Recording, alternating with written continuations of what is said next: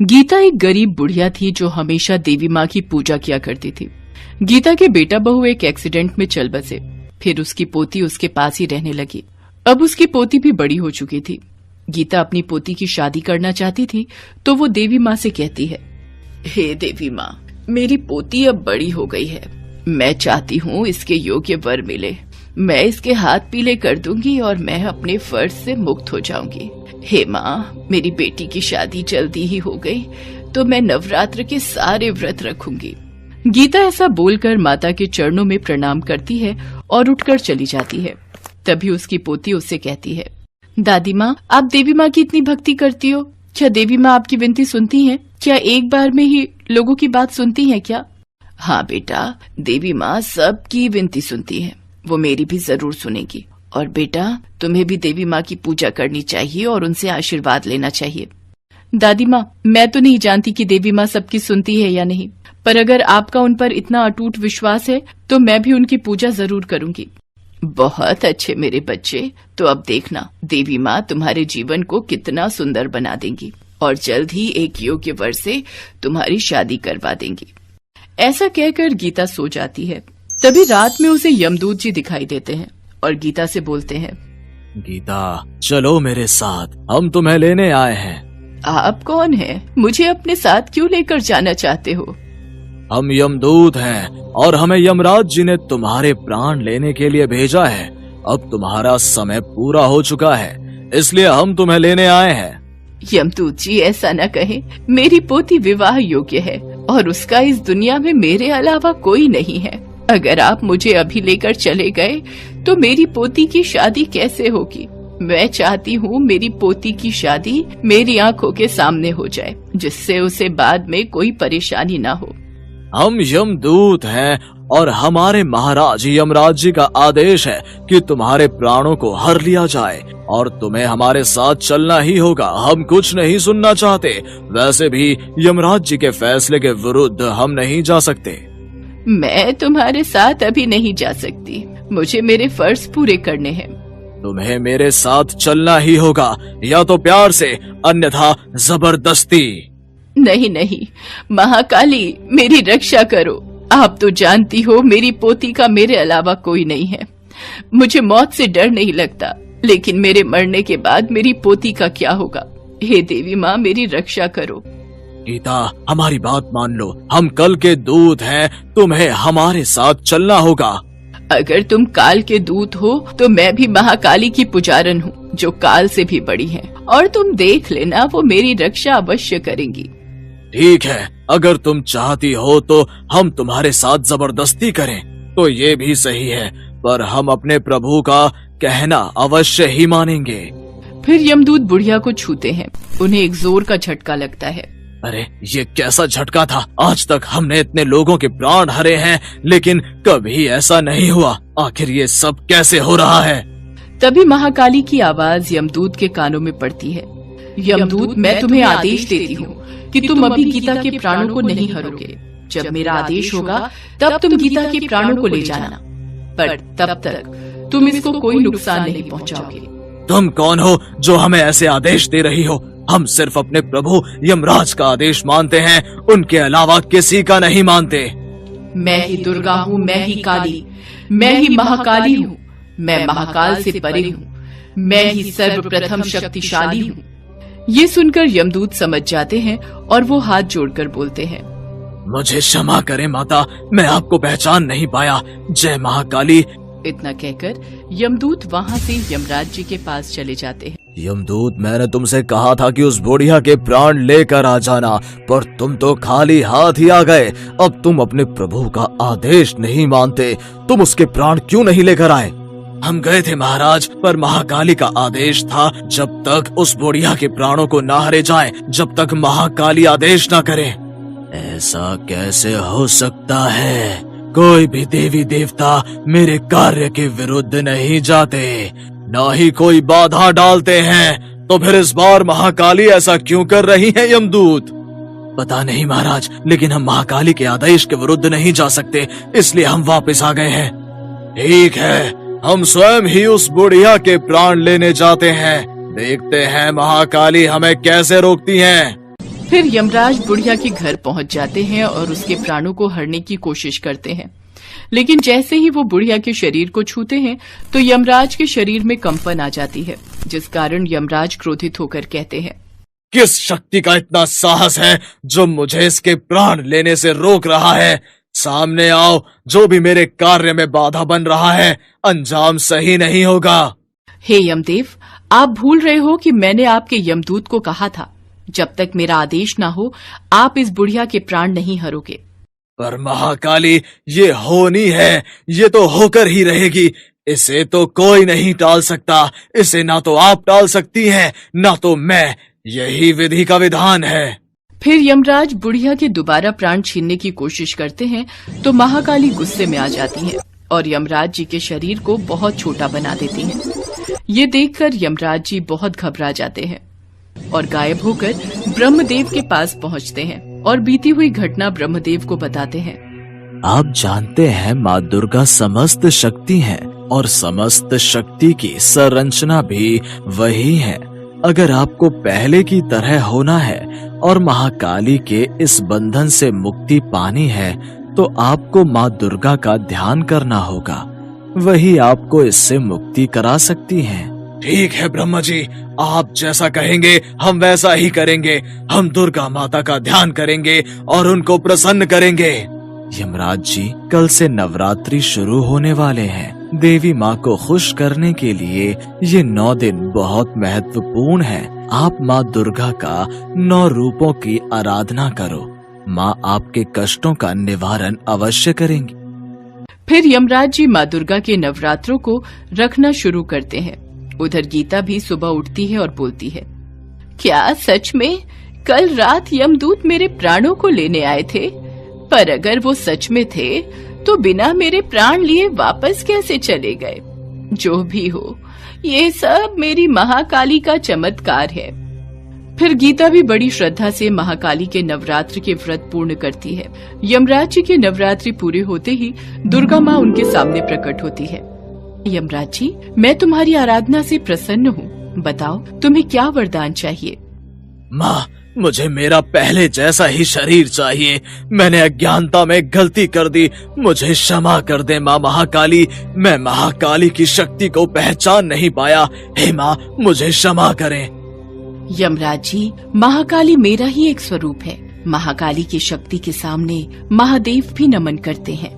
पर यमराज जी, मैं आपका पश्चाताप देखकर आपकी भूल को क्षमा करती हूँ और आपको आदेश देती हूँ कि जब तक बुढ़िया की पोती की शादी नहीं हो जाती तुम उसके प्राणों को नहीं हरोगे। फिर महाकाली माँ दुर्गा की बात मानकर यमराज जी को पहले जैसा बना देती है। फिर कुछ ही दिनों में बुढ़िया को एक अचानक वर मिल जाता है और वो अपनी पोती की शादी कर देती है। फिर यमराज जी बुढ़िया के सामने प्रकट होते हैं। गीता, तुम्हें हमारे साथ चलना होगा। यमराज जी, अब मुझे चलने में कोई संकोच नहीं है। जय महाकाली। मैं जानती हूँ आपने उस वक्त मेरे प्राणों की रक्षा की थी। आप अपने समस्त भक्तों पर ऐसे ही कृपा बनाए रखें। जय हो महाकाली की।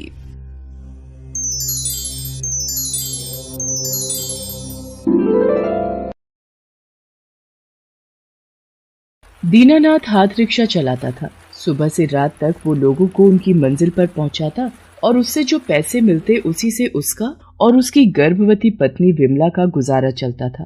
दीनानाथ कभी बस स्टैंड पर तो कभी रेलवे स्टेशन तो कभी किसी मॉल के बाहर खड़ा रहता और यात्रियों का इंतजार करता। रामपुर, मायागंज, नाथनगर, भागलपुर। अरे भाई, सूरजपुर चलोगे क्या? सूरजपुर? हाँ साहब, चलूंगा ना। तो कितने पैसे लोगे? साहब 20 रुपए। अरे 20 तो बहुत ज्यादा है, मैं 15 दूंगा भाई। चिलचिलाती गर्मी के कारण दीनानाथ की बोहनी नहीं हुई थी। वो 15 रुपए में सूरजपुर जाने को तैयार हो गया। सारा दिन वो इस तरह लोगों को पहुंचाता।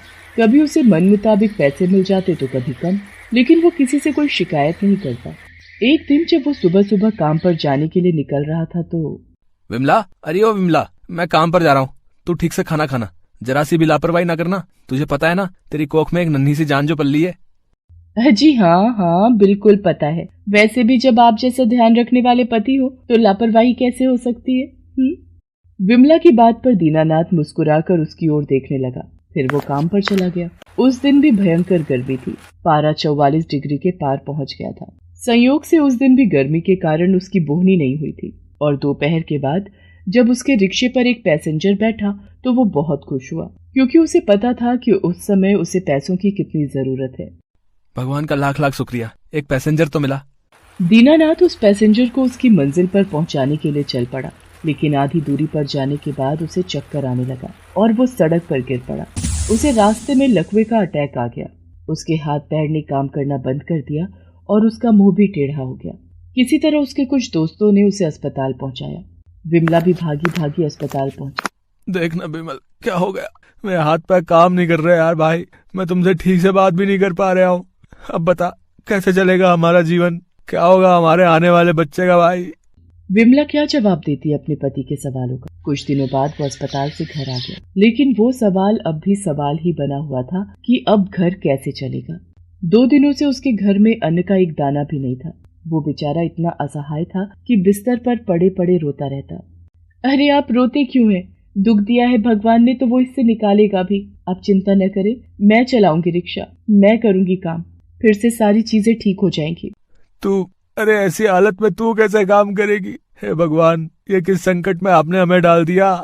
आप चिंता नहीं करें, संकट है तो संकट टलेगा भी। मैं करूंगी काम, आज तक आपने किया है ना, आपने रखा है ना मेरा ध्यान, अब मेरी बारी है। गर्भवती विमला रिक्शा चलाने लगी। शरीर को जला देने वाली भीषण गर्मी में वो रिक्शा चलाती और लोगों को एक जगह से दूसरी जगह पर पहुंचाती।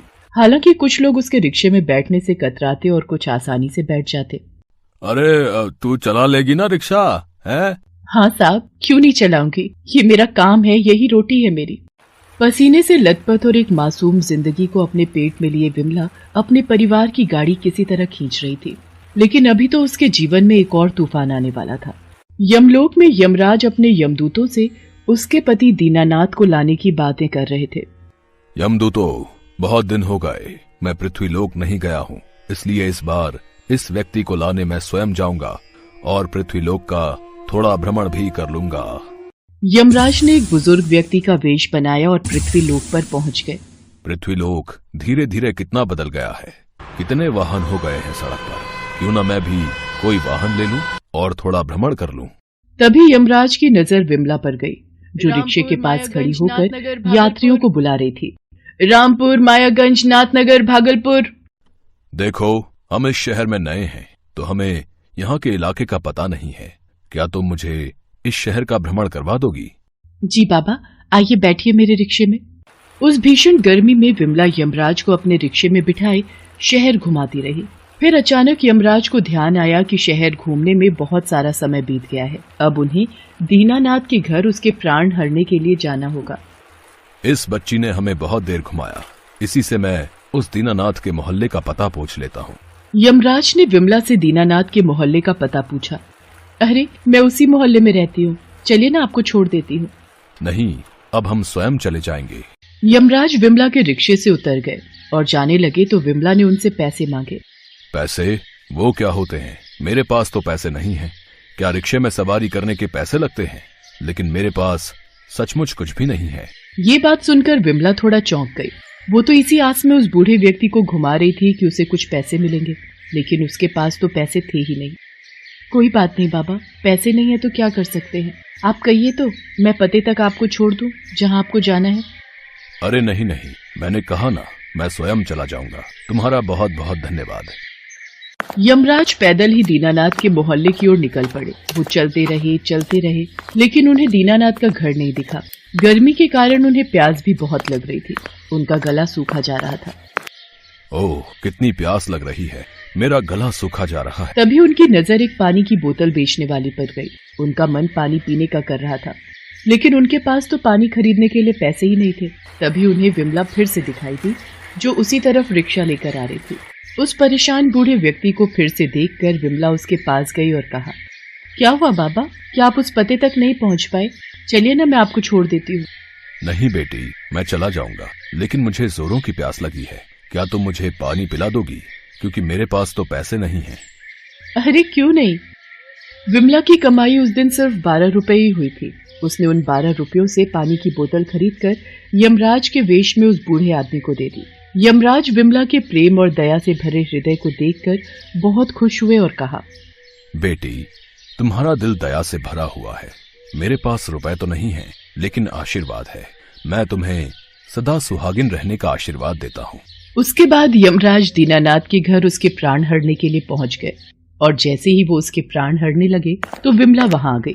उन्होंने उस बूढ़े इंसान को यमराज के वेश में देखा तो, बाबा आप कौन हैं और ये क्या कर रहे हैं आप? मैं यमराज हूँ बेटी, इसके प्राण हरने आया हूँ। ये आप क्या कह रहे हैं बाबा? अभी अभी आपने मुझे सदा सुहागन रहने का आशीर्वाद दिया और अभी मेरे पति को मार रहे हैं आप? ये तुम्हारे पति हैं? हाँ बाबा। यमराज ने अपनी आंखें बंद की तो उन्हें सारी सच्चाई का पता लग गया। यमराज धर्म संकट में फंस चुके थे। एक तरफ उन्हें दीनानाथ के प्राण हरने थे और एक तरफ उसकी पत्नी को उन्होंने सदा सुहागन रहने का वरदान दिया था। विमला की दया से भरे हृदय ने उनका मन भी तो मोह लिया था। बेटी, मेरा आशीर्वाद व्यर्थ नहीं जाएगा। तुम्हारे पति को कुछ नहीं होगा। तुम्हारे प्रेम से भरे हृदय, दूसरों की मदद करने की चाह ने असंभव को भी संभव कर दिखाया है।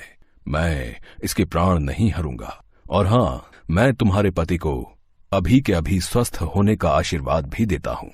उसके बाद यमराज ने दीनानाथ को पूरी तरह स्वस्थ कर दिया और उसे ढेर सारा आशीर्वाद दिया और उनका घर धन धान्य से भी भर दिया। फिर वे यमलोक को प्रस्थान कर गए। ये देखकर विमला और दीनानाथ दोनों की आंखों में आंसू थे और वे बार बार यमराज को धन्यवाद कर रहे थे।